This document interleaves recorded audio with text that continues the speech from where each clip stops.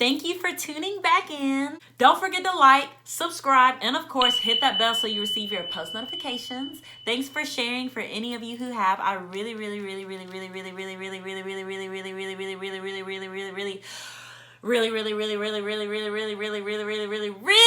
appreciate it. I am not a licensed therapist, counselor, psychiatrist. I am not a preacher or a pastor. Again, I am simply a woman of faith who is speaking from my own experiences. Today's lesson is called When to Let Go. And a lot of us women struggle with this. We seem to a lot of times stay in relationships that we probably shouldn't. For those of you who don't know, I am a high school nurse, and so I experience this conversation every day, if not more than once a day. I always try to gear towards the advice that they need to hear rather than what they want to hear. Side note, I am in my daughter's room, FYI, because this seems to be the only place I can get some peace around here. They totally take over my room. I can't go in my room. I can't go in the living room because I got neighbors who got loud dogs who be barking all day. So I can't talk in there. I can't go upstairs because it's hot as hell. Like Satan live up there. So we're in here where most of my videos, if not outside, will be recorded. Back to the point. When to let go. It's crazy because a lot of times I hear people say, oh, when he's the one, you'll just know. And part of me understands that because for me and my husband, I kind of just knew. But I also felt like God sent me signs that I may not have known they were signs at that moment, but looking back on it, they were definitely signs. I do partly believe that saying that you'll just know, but I also don't, because a lot of times us women find it really hard to walk away from a relationship that we may feel was placed upon us purposely. We fight for what we love, and even when it causes us pain, we tend to stay a lot of times. When is it time to end a relationship? When is it necessary to walk away? If every time you walk away from that person, you have to go refer to something or somebody else to uplift your spirit, that might not be the right person for you. If they cannot fulfill the job of keeping your heart at calm and at peace and at happiness, that may not be the right person for you. And it's not to say that all the time things are going to go right. If things seem to be going right less than when things are going wrong, that is something you need to evaluate. God doesn't want you to be with somebody who's stripping you of your own identity. I'm here today to tell you that we have to get to a point to understand that we can trust God with what we need and what we want, because what God wants for us is something totally different than what we think we need for ourselves. Most of this video came from advice that came from the Bible that I use. And I also used a couple websites that had really good information, which I will post the links down below. Is God telling you to give up on your relationship? How do we know if he's telling us that? So if you feel like the person you're with is causing you to drift from your relationship with God, then that is time for you to reevaluate your relationship. God will drop hints and he'll drop signs for us that the person that we're dating is the right one, or that it's time to move on. We may not recognize those signs, or we may recognize them and just don't want to. But at the end of the day, are we really listening to what God has to say about our relationship? Spending time with the person you love should bring you closer to God, not further away. The biggest piece in that is getting you to understand that sometimes we're just going to drift away from God. We're human. Hey! Be quiet! Oh, sorry. Forgot what I was saying. Dang!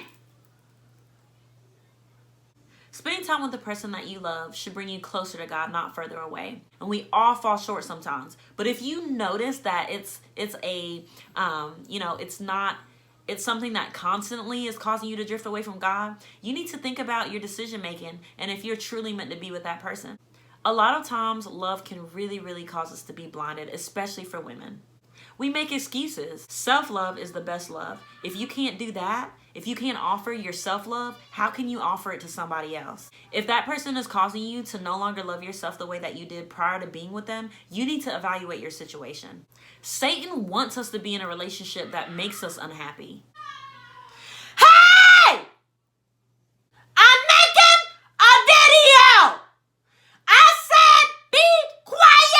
So sorry, God. Please forgive me. That goes for you too, Mason!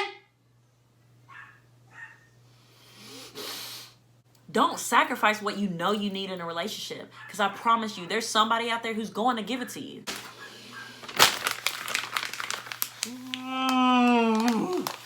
Shut up!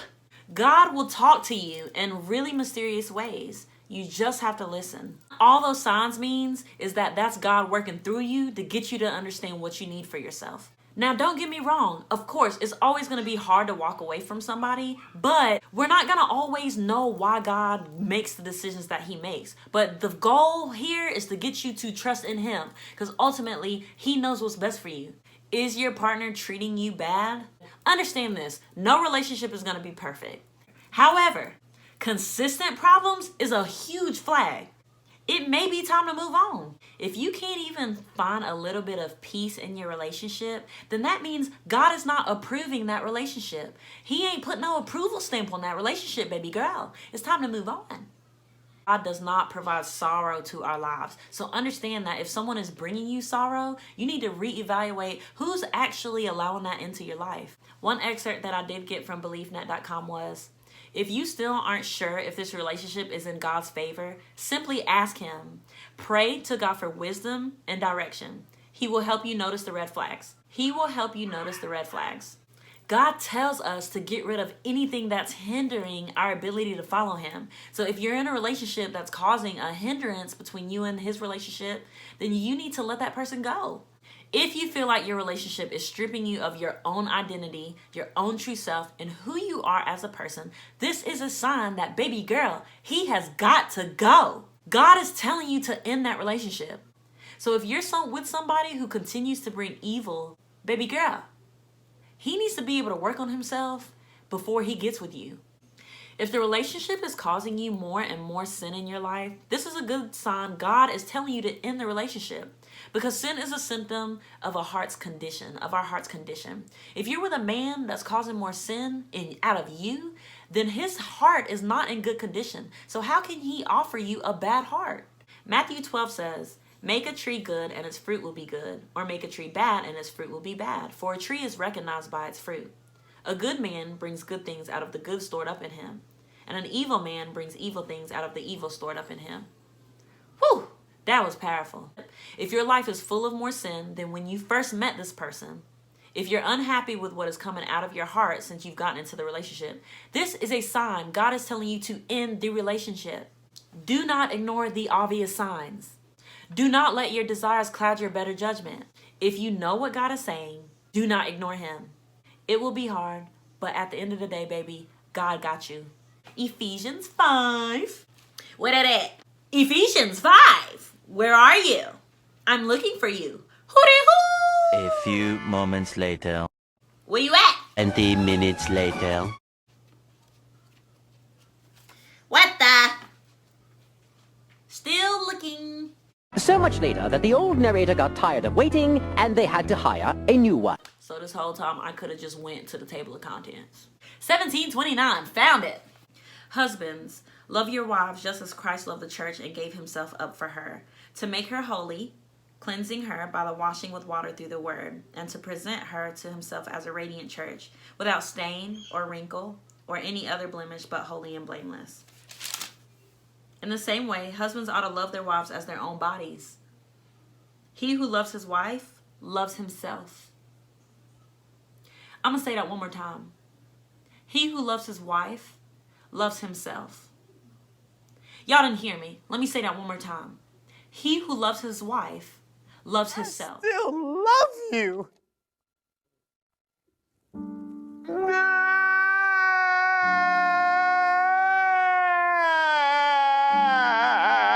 If he can't even respect you, it's probably at a point to where he can't even love himself. So how is he going to love you if he don't even love himself? After all, no one ever hated their own body, but they feed and care for their body just as Christ does the church. At the end of the day, trust in God's will and you are going to be okay. A mature Christian seeks God for guidance on any decision that you make. When you're facing a major decision, such as, should I let him go, seek counsel from God, and you will be able to get to a point to where you can make a clear, conscious decision based on what God has in store for you in your life. When you trust in God to make decisions on what man is meant for you, with the help of God, you can conform to his ways and change your mindset. Stop trying to handle things yourself. Pray, read the word, and God will do everything for you. 1 Corinthians 13:6 also says, love does not delight in evil, but rejoices with the truth. It always protects, always trusts, always hopes, always perseveres. Love always protects. Love always trusts. Love always hopes. And love always perseveres. Love never fails. So if your love is failing, and you're truly counting on God and reading the word and allowing him to guide your decisions, the person you're with may not just be the person that you're supposed to be with. Oh, what? I got my 3 kids and we bounced out. Stop trying to take control of your life and allow God to do that for you. If somebody you're with is not giving you eternal love, unconditional love, you need to reevaluate your situation. Not everybody's relationship is going to be perfect. That's not existent. However, when one of you is moving up and becoming stronger, but the other is steadily going down, you need to reevaluate your situation. 1 Corinthians 13:11 says, when I was a child, I talked like a child. I thought like a child. And I reasoned like a child. When I became a man, I put the ways of childhood behind me. Now that's Paul talking in the Bible. But what made that so strong for me was the fact that it's a lot of dudes out here who's acting like a child, talking like a child, thinking like a child, reasoning like a child, and making decisions like a child. If you want to be with a child, then you stay with that person. But until that person becomes a man, you're going to be waiting forever.